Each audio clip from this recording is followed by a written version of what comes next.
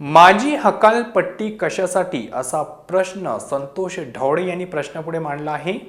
शिवसेना ठाकरे गटाचे ज्येष्ठ नेते संतोष ढवळे यांनी आपल्या हकालपट्टीवरून पक्षाला थेट सवाल विचारला असून 35 वर्षाच्या निष्ठेचे हेच फळ का असा प्रश्न त्यांनी उपस्थितांना केला आहे।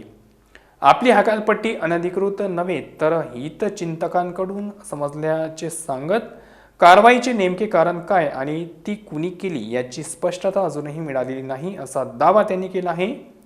यवतमाळात आज घेतलेल्या पत्रकार परिषदेत संतोष ढवळे यांनी शिवसेनेच्या या कारवाई संदर्भात आणि स्थानिक खासदार आणि पदाधिकाऱ्यांच्या विरोधात बोलताना आपली भूमिका स्पष्ट केली। यवतमाळ नगरपरिषद निवडणुकीत शिवसेना आणि काँग्रेसची युती खासदार संजय देशमुख व काँग्रेस आमदार बाळासाहेब मांगुळकर यांच्या उपस्थितीत ठरली होती। पत्रकार परिषद घेऊन ही घोषणाही झाली, मात्र एका रात्रीत ही युती का तुटली, यात भाजपसोबत काही अर्थपूर्ण व्यवहार झाला का असा गंभीर आरोप ढवळे यांनी केला आहे। युती तुटल्यानंतर निष्ठावान कार्यकर्त्यांना डावलून पक्षाशी संबंध नसलेल्यांना उमेदवारी देण्यात आल्याचा दावाही त्यांनी केला आहे।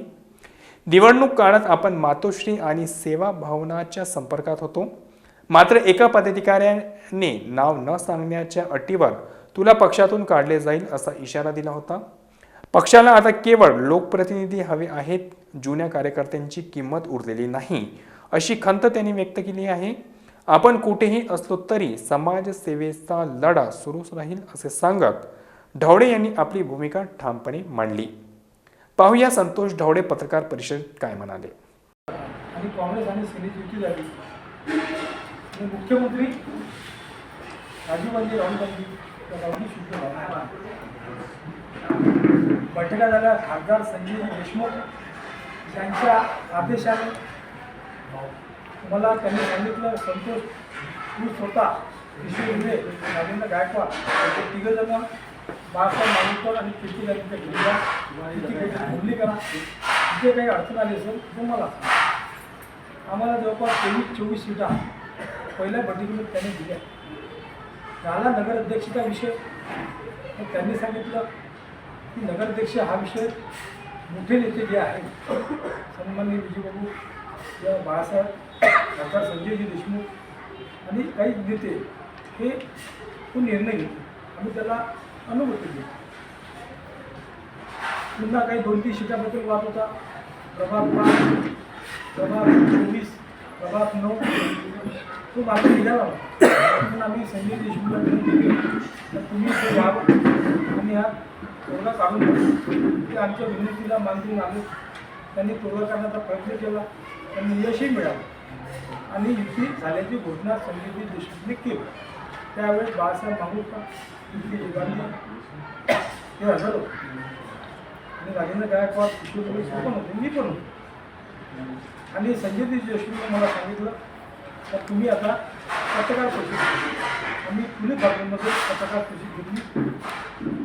त्यावेळेस किशोर उर्वे जिल्हा प्रमुख होते, गाडी पाटील होते, त्यानंतर बाळासाहेब मांगुळकर पदाधिकारी काँग्रेसचे होते। त्यावेळेस आम्ही सांगितलं का अध्यक्षाचा उमेदवार काँग्रेस आहे आणि सीटा 22-23 लोकांना मिळालेल्या आहे आणि समाधानी।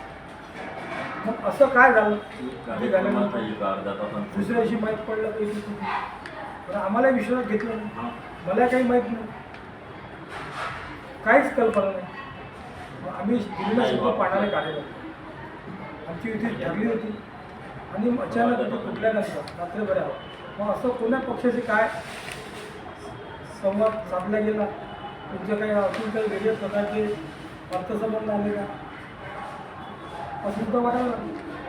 आणि अशा पद्धतीने जवळपास 35च्या वर उभ्या केल्या।